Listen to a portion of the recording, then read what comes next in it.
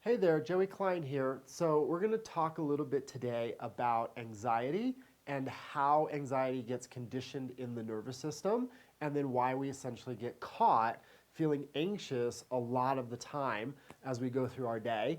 And also, we're going to speak about what we can do about it and how we start conditioning some other emotions or other feelings that we more want to feel, we more want to experience, and also are going to be a whole lot better for performing in our day-to-day activities, such as work or taking care of the kids or whatever it is that we're up to. And so if you pay close attention, there's a focus happening whenever you feel anxious. And so essentially, we're focused on things we can't control, number one. And so whenever you're feeling anxious, you feel anxiety, if you pay attention to where the focus of the mind is at, you'll notice that you're focused on something you can't control, and you're doing so in two ways. Most people are focused on the future and what bad thing is going to occur or how things are not going to go their way. And then we're doing this in an attempt to make sure those bad things don't happen. And so that's the reason the brain or the unconscious self wants to focus on these bad things that might occur in the future and how things aren't going to go your way. And the whole idea is if I name these bad things that might occur or that will happen in the future, I'll be able to do something to avoid it. But then the opposite ends up happening. We focus on it and we have a way of moving right toward it. Just like that, like if you learn to ski, they always tell you, look at the gap between the trees, don't stare at the tree because you'll run into the tree. You're gonna go where you look. And so it's very similar when you're skiing, you wanna look at the gap in the tree. You don't wanna stare at the tree because inevitably you hit the tree, right? There's a whole ski run, it's open, and you got plenty of room to go any direction, and then you see that person who's a new skier and they're afraid and they stare at the tree, and then sure enough they hit the one tree in the huge lane, in the huge space, right? And so that's what anxiety has us do. That's what it causes us to do, is it has us hyper focus on the thing we don't want to have occur. And the idea is if we name it, we'll be able to avoid it somehow, but inadvertently we tend to move toward it. Or we tend to focus on, number two, we focus on the past, and we focus on the bad things that have already occurred, the things that were painful, and so we don't want those to reoccur. How do we make sure it never happens again? But it's like, let's say you're in a car accident and it happened last week. Well, every time you think about the car accident, you feel anxiety, you feel worry, you feel afraid. And so every time you think about that which has occurred in the past, the painful moment or experience, all of a sudden you feel anxious in the moment you're thinking about it, and re-experiencing the difficulties or the painful emotions that were happening in that space of the past. And so inadvertently, again, we start focusing on it and we end up recreating the thing that we're looking to avoid. And so whenever anxiety is present, you're going to notice that the mind is focused on the idea of something bad that is either going to occur in the future, and therefore we're going to try to avoid it, which doesn't work, or we're focused on something bad or painful from the past with the idea that we're going to be able to make sure it doesn't happen again in our future as we're moving forward. And the reality is we can't control or do anything about the past or the future, and so we get anxious because we can't control it, right? You can't control tomorrow as it has not come yet, and you can't do anything to change the past as it's already happened. And so anxiety is produced when we're focused on the things we can't control, usually again in the past or the future, with this idea that something bad's going to happen, something painful is going to occur. And so what we want to do is redirect the focus. And so next time anxiety shows up, just notice, am I focused on the past? Am I focused on the future? What am I apprehensive about? What bad or painful thing am I concerned is either going to happen or is going to reoccur, and I want to make sure it doesn't happen again, and then therefore I accidentally focus on it, put my attention on it. And so instead of putting our attention and focus there, we want to redirect our focus and get clear on what is the vision, what is the outcome that we want to aspire to in the future? What is it that we want to have occur as we move forward, and then bring our focus to right now. What is the action I can take in this moment that's going to move me toward the fulfillment of that vision, that's going to move me toward the fulfillment of the outcome that I want to achieve? And if we can redirect our focus and our attention literally to the moment that we're living, and what can we do about this moment? What can we do in this moment relative to what we want to create? that's where we're going to access a lot of calm, a lot of empowerment, a lot of inspiration. And essentially because we're focusing on what we can control. It's very empowering to focus on what you can control, which is the moment, your current actions, the things you're going to do in this instant, or how you're going to react or respond to the things that are occurring in your life right now, because you can manage right now. You can't manage the future. You can't really manage the past because the past has already happened, the future has yet to come, and so that's a territory, a breeding ground for anxiety. So instead of focusing on what we can't control, we want to bring our attention to the vision we want to fulfill, the outcome that we want to achieve, which is going to ignite a sense of inspiration and joy, excitement within you. And then when you focus on what can I do in this moment right now, what action can I take in this moment that moves me toward the fulfillment of that vision, that outcome, you're going to train and condition empowerment and strength and courage and inspiration as opposed to anxiety. So play with this, train it, and you're going to notice that you're going to perform so much better in your day-to-day activities with your family, with your friends, in your career, at your hobbies, the sports that you're up to, when anxiety is no longer the driver, but rather we can drive from a space of inspiration, empowerment, and courage. Hi there, it's Joey Klein. So we're going to take a minute here and talk about overwhelm. What causes it, what to do about it. And so many people, they think that overwhelm is a byproduct of having too much to do. And so something that occurred to me some time ago when I was looking to train overwhelm, especially when I was building my company and, I had a full-time practice, a full-time job. And so I was driving, I was sleeping 4 or 5 hours a night, and I was just going day after day after day, and I was feeling a bit overwhelmed with all the things that I was doing, but all the things I also knew I needed to do or needed to get done. And so you'll notice that when overwhelm is there, there's always a list of things that you need to do or things that are happening, stuff you need to get to, and it just never stops, right? And so something I noticed is I asked myself one day the question, I go, what does the president have on his plate today, right? Like does the president have less to do today than me, right? And I started naming, CEOs of, a Fortune 100 company. I think, like Elon Musk. Like, what's he got going on today? What's his list look like today? Or, somebody really famous like an Oprah. It's like, what's on her list today, right? And I realized that these individuals seem to get a lot more done than me, and they're not overwhelmed, right? Or at least they don't seem to be overwhelmed. They seem to really have it together, and somehow all of this is happening. And so I thought to myself, is overwhelm really the byproduct of what I'm doing or what I have to do? And what I noticed is that it just simply isn't. Overwhelm is not there because we have a lot to do. We all have a lot to do.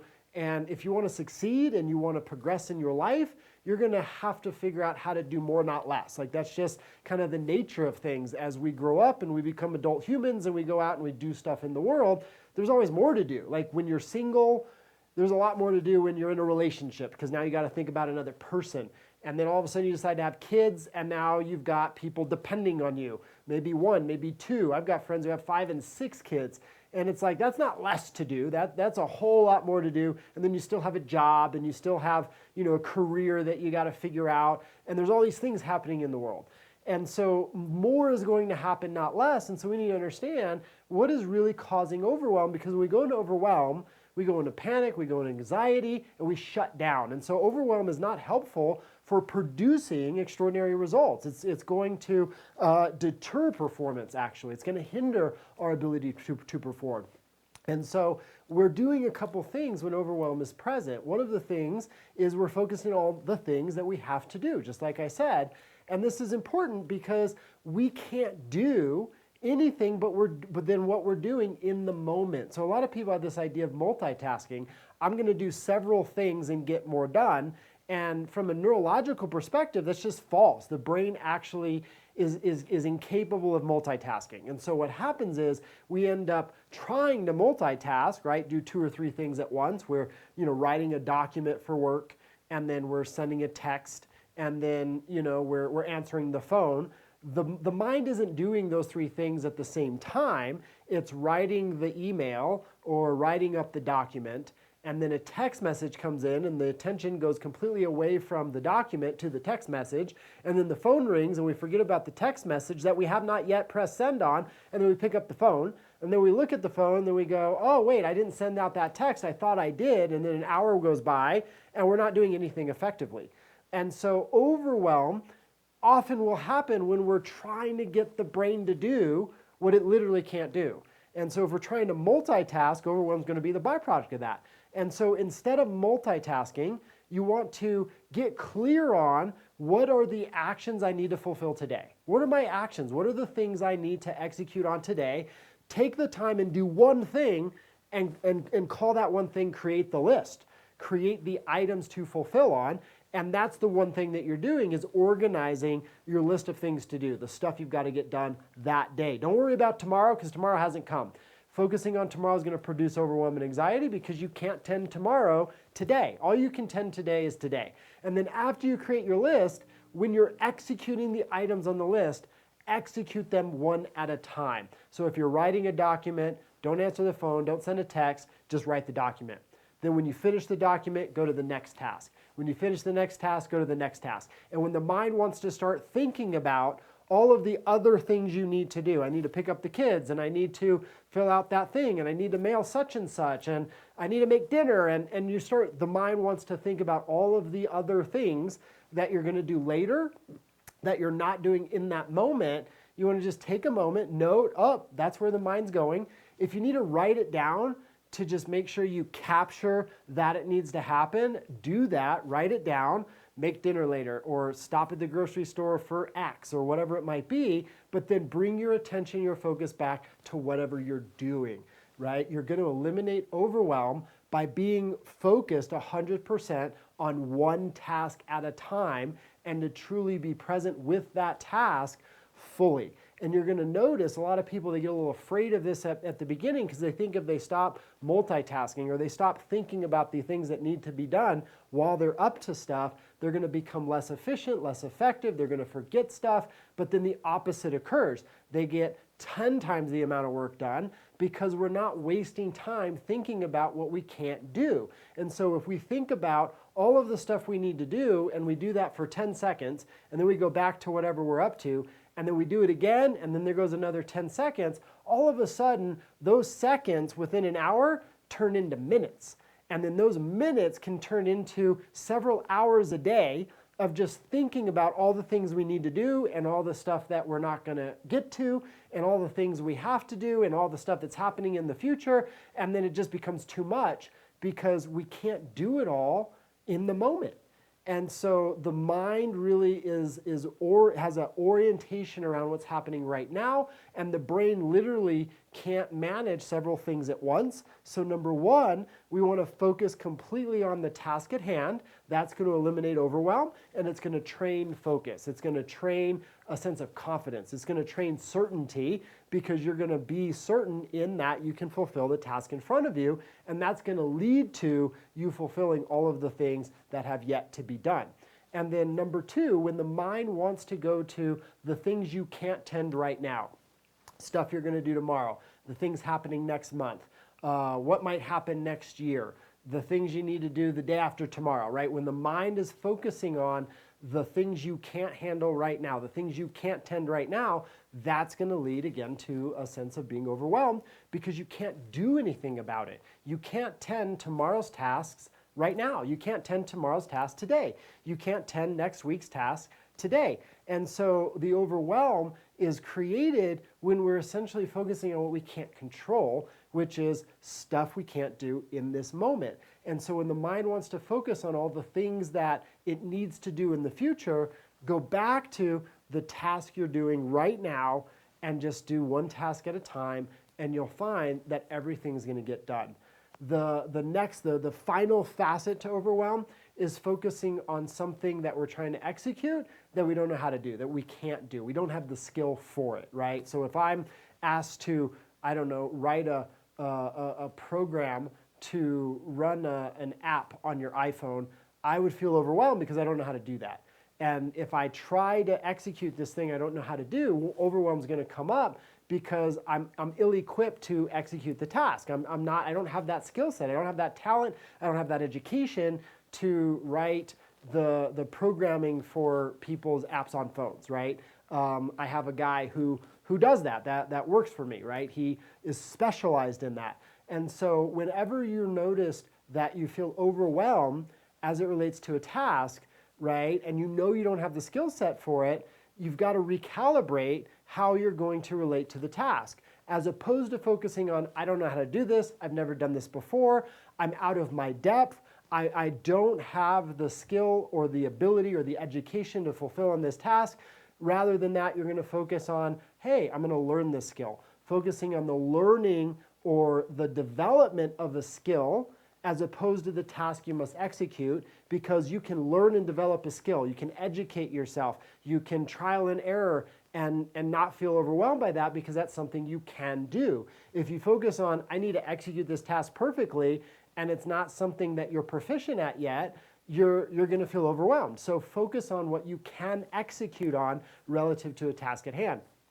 Or if you have something you need to fulfill on, maybe you can go hire somebody to do it on your behalf, or to do the parts you don't know how to do. Again, you might be equipped to hire somebody or to find the talent as a way to fulfill the task. And so when overwhelm is there because you're faced with something that you don't have the skill or the capacity to yet execute, take a pause and go, okay, well, what is the thing I can do relative to the task? And then step your way through it, and you'll build confidence in this space, as opposed to a sense of overwhelm or anxiety or fear. And in actuality, it can be an inspiring journey. It can actually become joyful and fun, because now you're learning new things. It can be an adventure, as opposed to, oh my gosh, what am I going to do? And then we just freeze, right? Like fight or flight. We just go, oh my God, we just freeze up and go into a panic, right? Like if we freeze up and go into a panic, that's not going to produce the results that we're wanting in our life. We've got to learn how to execute in a different way. So if we give you a quick cheat list here, right? If overwhelm is there, there's one of three things that tend to be happening. Number one, we're focusing on what we can't control right now. We're focusing on the future. So instead of focusing on the future and tasks that we can't do anything about, we want to bring our attention back to the thing we're doing right now and put ourselves fully in what we're doing in this moment. Number two, we're focusing on tasks that we are ill-equipped to manage, right? We don't have the talent yet. We don't have the education. We don't have the expertise to manage those tasks. And so in those instances, we don't want to focus on executing perfectly, or doing it really, really well. We want to focus on what we can do. Hey, I can learn how to do this. I can educate myself. I can try and learn through that failure and then do it again, right? And so we're going to focus on the learning process. We're going to focus on trial and error. We're going to focus on hiring somebody, searching for help. We're going to focus on the thing we can do and that we are equipped to do, as opposed to getting obsessed about the facets that we can't do, right? And then finally, overwhelm is caused by multitasking, trying to get the brain to do what it literally is incapable of doing. It's not designed for that. It can't do multiple things at once. It's going to switch from one thing to another to another. So take some time, make your one thing, building out your action list, your tasks that you're going to fulfill on. And then after you name the things you're going to do that day, or maybe for just that hour or two, then go ahead and just focus on the list and execute those items one item at a time. And again, that's going to translate to a sense of confidence, a sense of inspiration, a sense of joy, a sense of adventure. And now all of a sudden, we become literally 10 times to 100 times more effective at what we're able to fulfill and accomplish. The world's highest performers execute in the way that I'm sharing with you right now. And so think of overwhelm as just a little sign, a little communication, a little whisper, a little reminder to focus on what you're doing and focus on what you can execute, as opposed to worrying about perfection, how it may go wrong, or the things you're not yet capable of doing.